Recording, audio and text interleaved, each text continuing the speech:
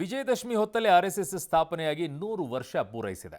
ದೆಹಲಿಯಲ್ಲಿ ನಡೆದಂಥ ಶತಮಾನೋತ್ಸವ ಕಾರ್ಯಕ್ರಮದಲ್ಲಿ ಮುಖ್ಯ ಅತಿಥಿಯಾಗಿ ಪ್ರಧಾನಿ ನರೇಂದ್ರ ಮೋದಿಯವರು ಭಾಗಿಯಾಗಿದ್ದರು. ಈ ವೇಳೆ ಅಂಚೆ ಚೀಟಿ ಬಿಡುಗಡೆ ಮಾಡಿ ಮಾತನಾಡಿದ ಮೋದಿ, ಸಂಘದ ಸ್ವಯಂ ಸೇವಕರು ರಾಷ್ಟ್ರ ಸೇವೆ ಮತ್ತು ಸಮಾಜವನ್ನು ಸಬಲೀಕರಣಗೊಳಿಸಲು ದಣಿವರಿಯಿಲ್ಲದೆ ಸಮರ್ಪಿತರಾಗಿದ್ದಾರೆ.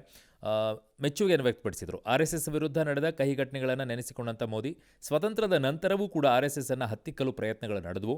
ಆರ್ಎಸ್ಎಸ್ ಮುಖ್ಯವಾಹಿನಿಗೆ ಬರದಂತೆ ತಡೆಯಲು ಅನೇಕ ಪಿತೂರಿಗಳು ಕೂಡ ನಡೆದವು.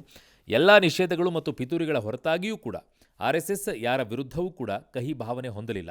ಆರ್ಎಸ್ಎಸ್ ಸ್ವಯಂ ಸೇವಕರು ದೇಶದ ಸಾಂವಿಧಾನಿಕ ಸಂಸ್ಥೆಗಳಲ್ಲಿ ಅಚಲ ನಂಬಿಕೆಯನ್ನು ಹೊಂದಿದ್ದಾರೆ ಎಂದರು. ಅಲ್ಲದೆ ಜಾತಿ ತಾರತಮ್ಯವೂ ಕೂಡ ಹಿಂದೂ ಧರ್ಮಕ್ಕೆ ದೊಡ್ಡ ಸವಾಲಾಗಿದೆ.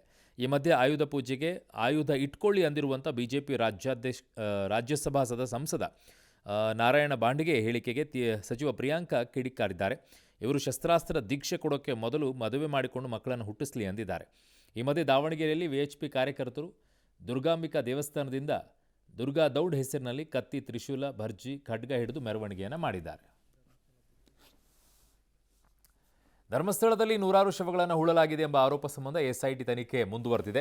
ಈ ಹಿಂದೆ ಮಹಿಳೆಯರು ಮತ್ತು ಯುವತಿಯರ ಶವಗಳನ್ನು ಹೂತು ಹಾಕಲಾಗಿದೆ ಅನ್ನೋ ಆರೋಪ ಇತ್ತು. ಆದರೆ ವಿಶೇಷ ತನಿಖಾ ದಳ ಬೆಳ್ತಂಗಡಿ ನ್ಯಾಯಾಲಯದಲ್ಲಿ ಹಾಜರುಪಡಿಸಿದ ಒಂದು ಬುರುಡೆ, ಸ್ಪಾಟ್ ನಂಬರ್ 6ರಲ್ಲಿ ದೊರೆತ ಇನ್ನೊಂದು ಮತ್ತು ಸ್ಪಾಟ್ ನಂಬರ್ 15ರ ಬಳಿ ಪತ್ತೆಯಾದ 3ನೇ ಬುರುಡೆ ಸೇರಿದಂತೆ ಒಟ್ಟು 3 ಬುರುಡೆಗಳನ್ನು ವಿಧಿವಿಜ್ಞಾನ ಪ್ರಯೋಗಕ್ಕೆ ಕಳುಹಿಸಲಾಗಿತ್ತು. ಎಫ್ಎಸ್ಎಲ್ ವರದಿಯು ಈ 3 ಬುರುಡೆಗಳು ಪುರುಷರಿಗೆ ಸೇರಿವೆ ಅನ್ನೋದನ್ನು ದೃಢಪಡಿಸಿದೆ. ಅವುಗಳ ವಯಸ್ಸು ಸುಮಾರು 25ರಿಂದ 39 ವರ್ಷಗಳ ನಡುವೆ ಇರಬಹುದು ಅಂತ ತಿಳಿಸಿದೆ.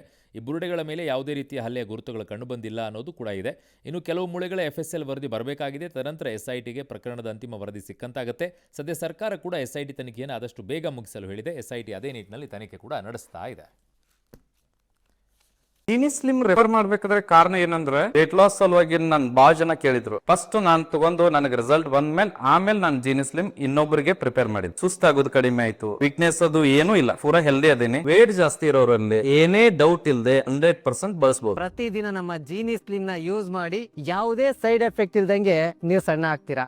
ರೇಣುಕಾಸ್ವಾಮಿ ಕೊಲೆ ಕೇಸ್ನಲ್ಲಿ ಮತ್ತೆ ಜೈಲು ಪಾಲಾಗಿರುವಂಥ ದರ್ಶನ್ಗೆ ಸಿಕ್ಕಾಪಟ್ಟೆ ಸಂಕಷ್ಟ ಅಂತಿದ್ದಾರೆ. ಕ್ವಾರಂಟೈನ್ ಜೈಲು ದರ್ಶನ್ಗೆ ಅಕ್ಷರಶಃ ನರಕ ಆಗಿದೆ ಅಂತೆ. ಇದರಿಂದ ಬೇಸತ್ತಿರುವ ದರ್ಶನ್ ಹಾಸಿಗೆ ದಿಂಬು ಕೊಡದಿದ್ರೂ ಪರವಾಗಿಲ್ಲ, ಬೇರೆ ಬ್ಯಾರಕ್ಕೆ ಹಾಕಿ ಅಂತ ಕೇಳ್ಕೊಂಡಿದ್ದಾರಂತೆ. ವಾಕಿಂಗ್ ನೆಪದಲ್ಲಿ 3 ಅಡಿ 25 ಅಡಿ ಅಂತರದ ಕೋಣೆಯಲ್ಲಿ ವಾಕಿಂಗ್ ಮಾಡೋಕೆ ಬಿಟ್ಟಿದ್ದಾರೆ. ಇದರಿಂದ ಸರಿಯಾಗಿ ವಾಕಿಂಗ್ ಮಾಡೋಕೆ ಕೂಡ ಆಗ್ತಿಲ್ಲ ಅಂದಿದ್ದಾರೆ.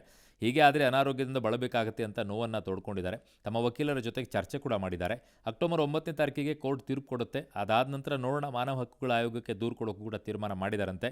ಜೈಲಿನಲ್ಲಿ ಆರೋಪಿಗಳ ಹಕ್ಕುಗಳ ಹರಣ ಮಾಡೋದರ ಜೊತೆಗೆ ದೈಹಿಕ ಮತ್ತು ಮಾನಸಿಕ ಹಿಂಸೆ ನೀಡ್ತಾ ಇದ್ದಾರೆ ಅಂತ ದೂರಿನಲ್ಲಿ ಉಲ್ಲೇಖವನ್ನು ಮಾಡಿದ್ದಾರೆ.